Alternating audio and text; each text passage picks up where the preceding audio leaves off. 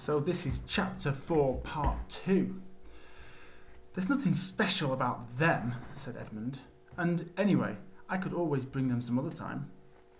Ah, but once you're in my house, said the Queen, you might forget all about them. You would be enjoying yourself so much that you wouldn't want the bother of going to fetch them. No, you must go back to your own country now and come to me another day with them. You understand? It is no good coming without them. But I don't even know the way back to my own country, pleaded Edmund. That's easy, answered the Queen. Do you see that lamp?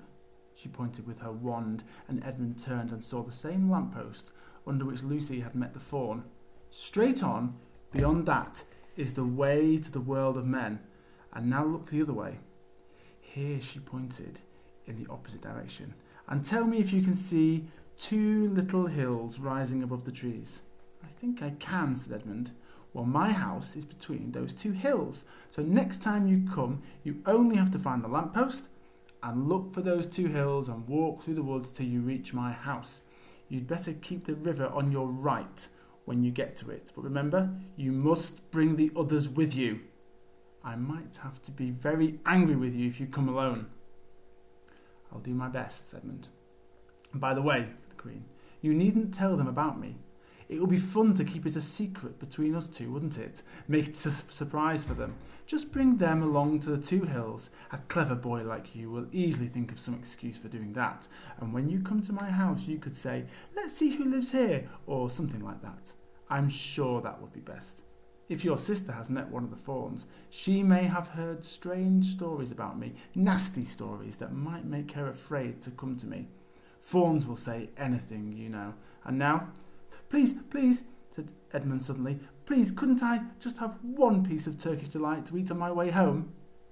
No, said the Queen with a laugh. You must wait till next time.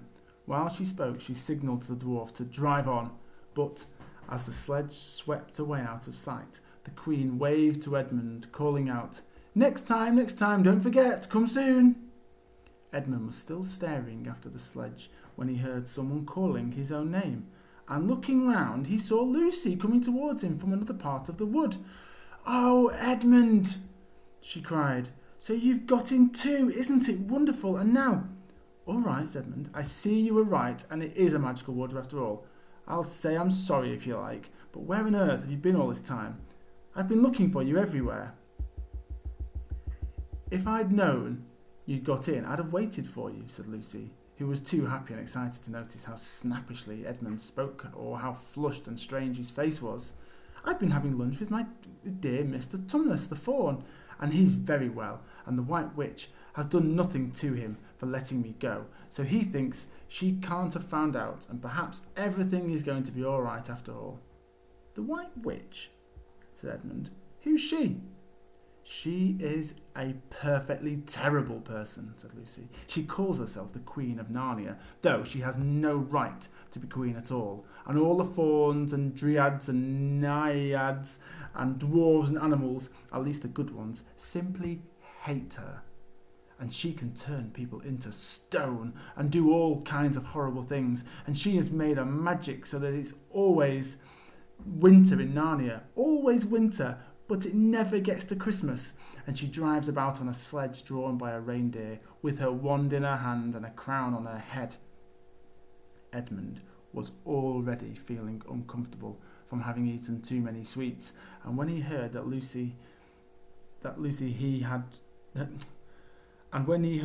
the lady he had made friends with was a dangerous witch, he felt even more uncomfortable.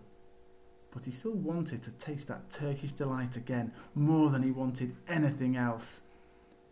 Who told you all this funny stuff about the White Witch? He asked.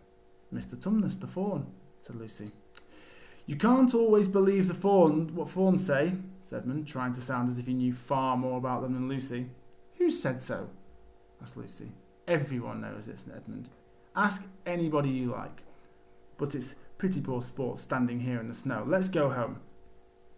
Yes, let's, said Lucy. Oh, Edmund, I am glad you got in too. The others will have to believe in Narnia now that both of us have been there. What fun it will be.